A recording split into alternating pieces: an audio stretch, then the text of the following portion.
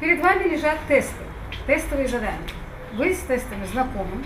Значит, дается вопрос и 4 варианта ответа. Вы выбираете из этих 4 вариантов один вариант, который считаете правильным.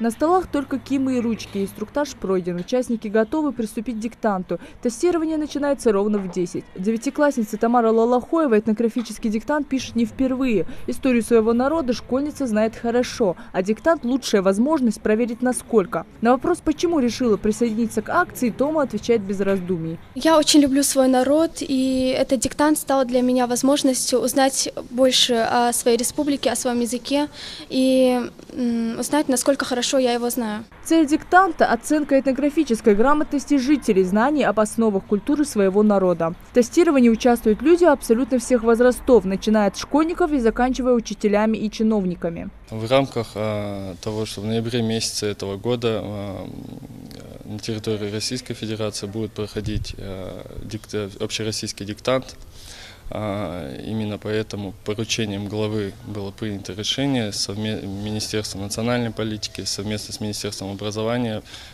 проводит этнодиктант по Республике Ингушетия. Комиссия школьная будет проверять, где проходит данное мероприятие. Затем нам будут направлять 3 победителей от каждой школы. В прошлом году большой этнографический диктант в стране объединил 90 тысяч человек. 35 тысяч писали очно и 50 тысяч онлайн. Тогда к акции присоединился и глава республики. Впрочем, для самих участников диктант – это возможность не просто оценить свои знания, а скорее узнать, где именно эти знания хромают. Да нет, не будет сложно. Если даже будут вопросы о других национальностях, мы же изучаем в школе историю. Я смогу легко ответить на любой вопрос. Я сама очень хотела попасть сюда, узнать, на что я способна, проверить свои знания. Кажется, для участников экзамена оказался не самым сложным. По крайней мере, со шпаргалками и телефонами в руках никто не пойман. Мне так понравилось, все организовано так. Вообще телефонов я вообще не увидела ни у кого.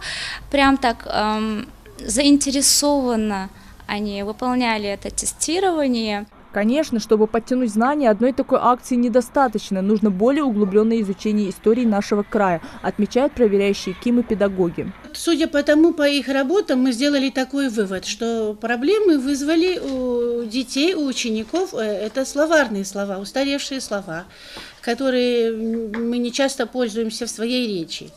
Дальше, на вопросы дата создания, на даты, на поставленные вопросы по истории нашей республики, и дети, и учителя справились хорошо. Эта проблема, ее можно решить. Немножечко надо доработать учителям в свою программу. И, кстати, работы подписывать не обязательно, диктант пишется анонимно. Мака Кельматова, Рахман Цуров, Новости 24.